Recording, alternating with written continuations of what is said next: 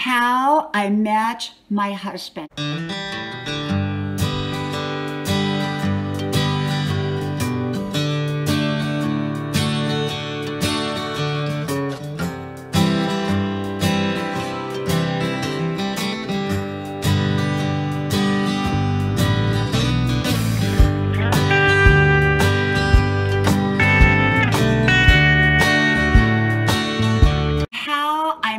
My husband. Hello, y'all. I'm Diana Brianne. Well, I try to cover a wide range of topics, and I thought, well, this is a great topic to talk about, how I met my husband. I met my husband about 30 years ago when his plane broke down when he was en route to somewhere else, and it broke down in California. Well, that particular day, that particular morning, I woke up and I knew I was absolutely going to meet my husband that day. I didn't know what he looked like. I didn't know who he was, but I felt this overwhelming, powerful feeling of a man standing around me. His soul was standing around me. See, I'm a firm believer that souls are just more than, inside of our body. I believe that we can often feel other people's souls, even from clear across the world. That's just my viewpoint and my feeling. And so that day, I just had this overwhelming feeling that I was going to meet my husband that day.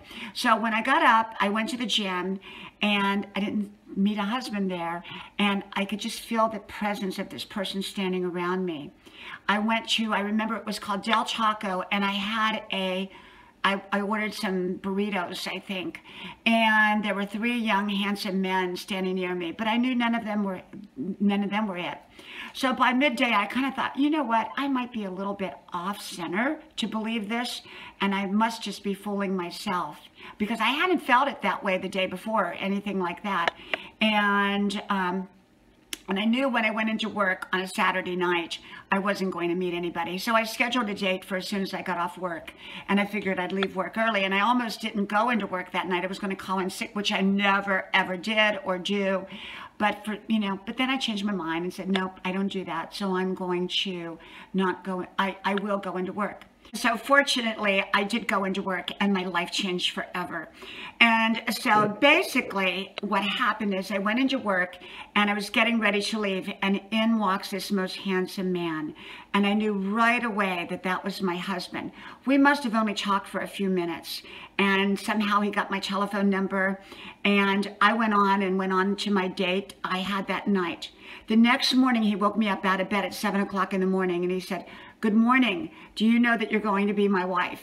And I said, "Yes, I know, but please call me back in 3 hours. I'm sleeping."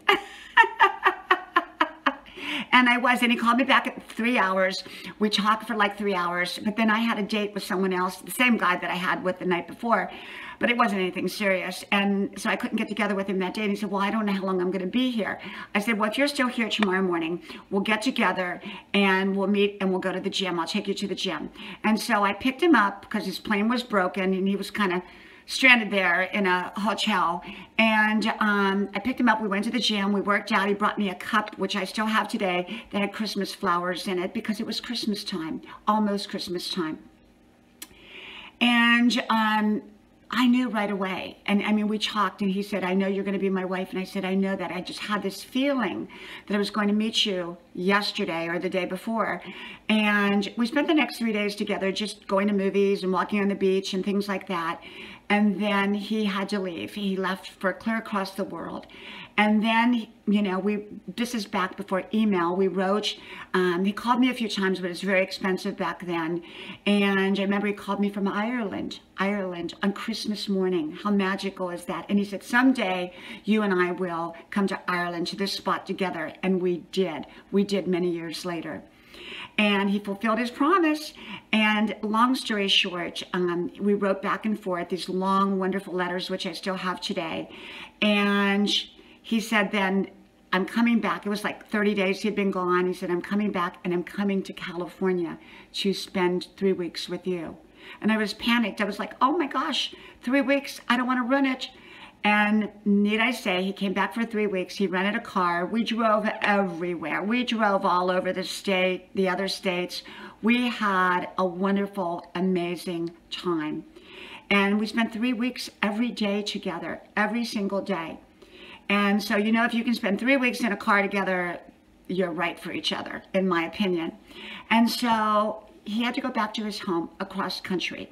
And so I told him, I said, I will come as soon as I can. I'd already moved into my uncle's house, who had a big house that I was watching over because he traveled a lot.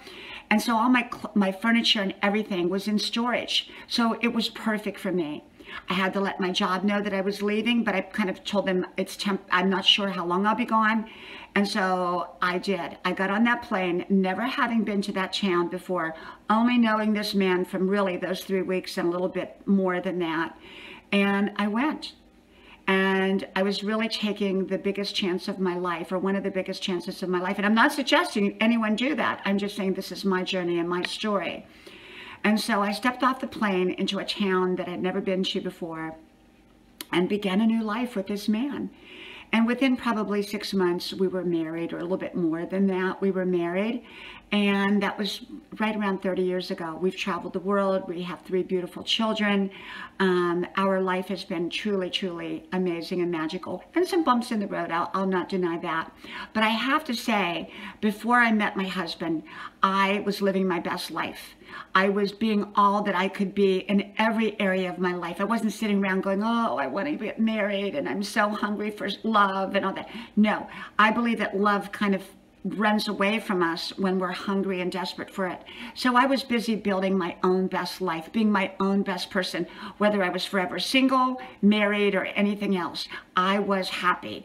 And I think that's the key to finding love, or letting love find you. We really don't find love. Love kind of finds us. I think it's divinely orchestrated, divine timing, divine connections, just divine everything. And so for me, that's the way it was. So that was how I met my husband. I hope you like, share, subscribe to both of my channels, Grandma's Porch with Diana Brianne Fairchild and Diana Brianne Fairchild.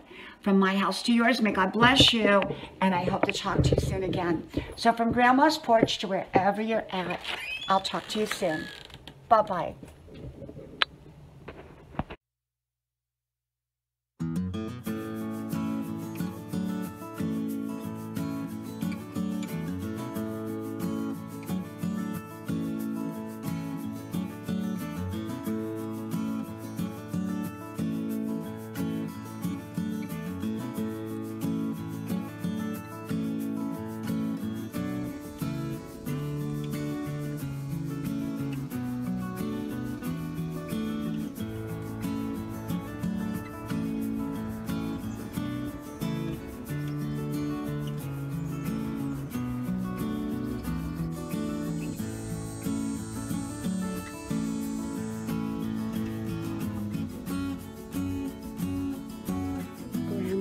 Porch, a place to relax.